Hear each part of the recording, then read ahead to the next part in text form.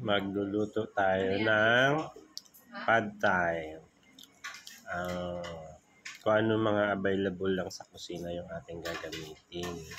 Kasi actually, hindi naman talaga tayo marunong magluto ng pad thai. Nagpatsamba lang tayo. So, ayun. Yung mga leftover na ulam yung ginamit ko dito. Yung adobong gizzard, yung leftover na shrimp. Yan lang. Kasi yan lang laman ng ref natin.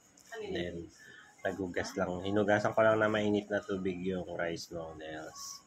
So, ayan ang lulo nyo. Baliktad pa yung damit natin kasi kagigising lang natin dyan. So, ayun, kasi wala tayong ulam. Kung anong madampot natin sa rep, yun lang yung gagawin natin. So, kasi may pad thai sauce na natitira pa. So, yun naisip kong lutuin ngayong araw.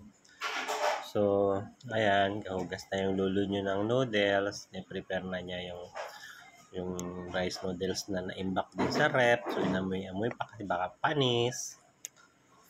So, pasensya na kayo sa boses ko kasi first time ko lang yan. Ngayon lang ako nag-try mag-voice over. So, kung ano man yung kahinatan niya ng boses ko, yan na yan. Wala na kayong magagawa dyan. Recording ka? So, ayun. Ininit ko na yung mga leftover na adobo.